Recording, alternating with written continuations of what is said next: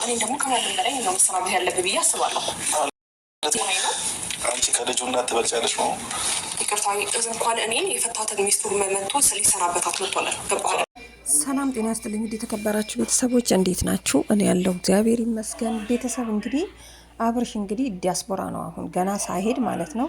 አብርሽ ገና ሳይሄድ ከዛሬው ራሱ ለመሄድ እያሰበ ገና ከቤት እየወጣ ራሱ ዲያስፖራ ነው የሚመስለው ማለት ነው።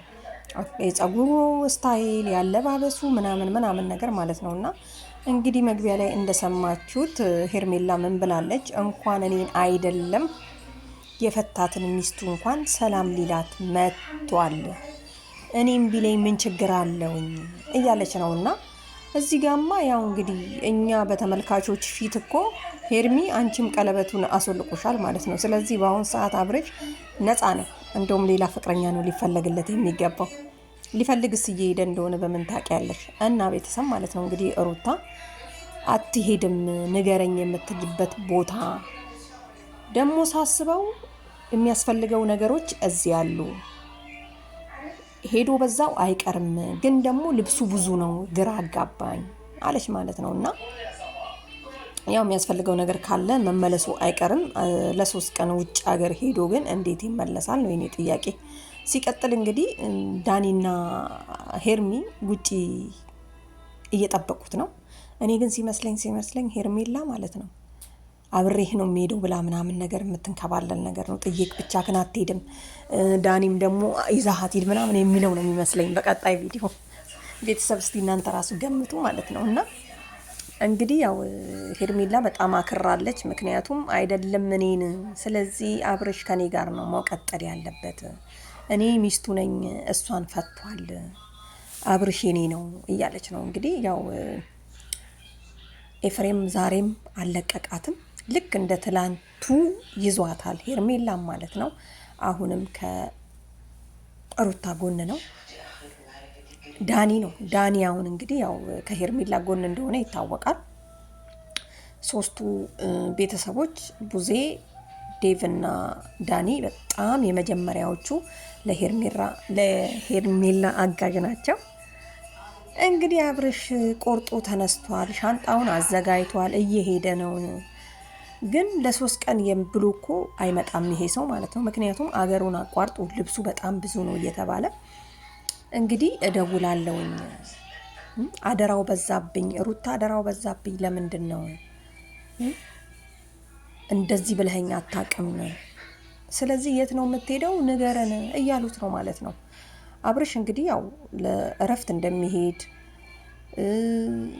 ሄርሜላም የተጠየቀችውን ጥያቄ ሩታም የተጠየቀችውን ጥያቄ ልብ አድርስ እንዳልሆነ ስላወቀ በጣም የሚጠራጠረው ነገር ስላለ እንግዲህ ምን ፍለጋ ነው የሚሄደው? ራሱን እንግዲህ ሊያጽናና ይመስለኛል እኔ ሳስበው ማለት ነው ቤተሰብ።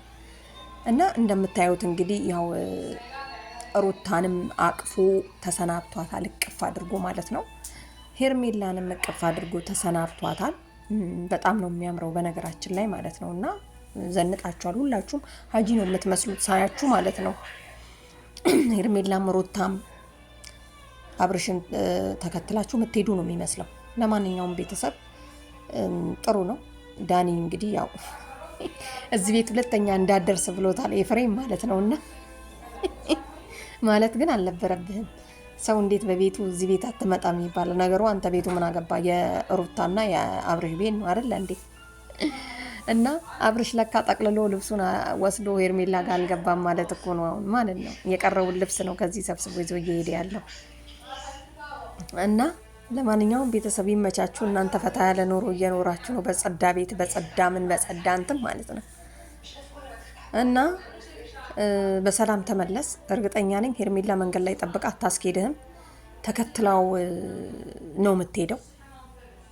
ትጠራጠሩ ይዟት ነው የሚሄደው። እንደውም ኧረ ብቻውን የሚሄድ አይመስለኝም።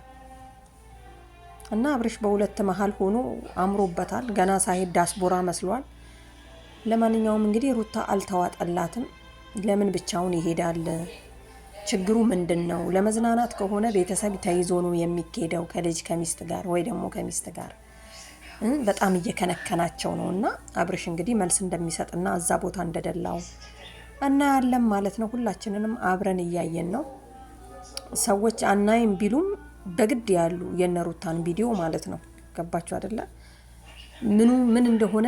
ምን እንደሆነ ራሱ በጣም የማይገባም በጣም ብዙዎች አለንና ቤተሰብ ትኩረት አድርጉና ልክ የኢትዮጵያ ቴሌቪዥን ድራማ እንደምናየው ልክ እንደነሱ ብናያቸው ጥሩ ነው ብዬ ነው። በዛውም ትንሽ ላስተላልፍ ብዬ ነው፣ ግራ ለገባችሁ እና ዛሬ እንግዲህ ብዙ የለችም።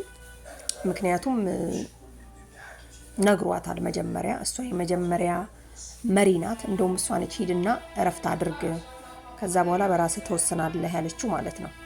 ኤፍሬም እንኳን ምንም አልተዋጣልኝም ሄርሜላን አስተያየትክ ምናምን ነገርና አብርሽ እንግዲህ ይወስን ከማንም ጋር ይሁን ብሏል ዳኒ። ዋናው ሰላም መሆንክ ነው የሚፈለገው። አብርሽ ይመችክ። እንግዲህ ዲያስፖራ ሆነ ትመለሳለህ በ3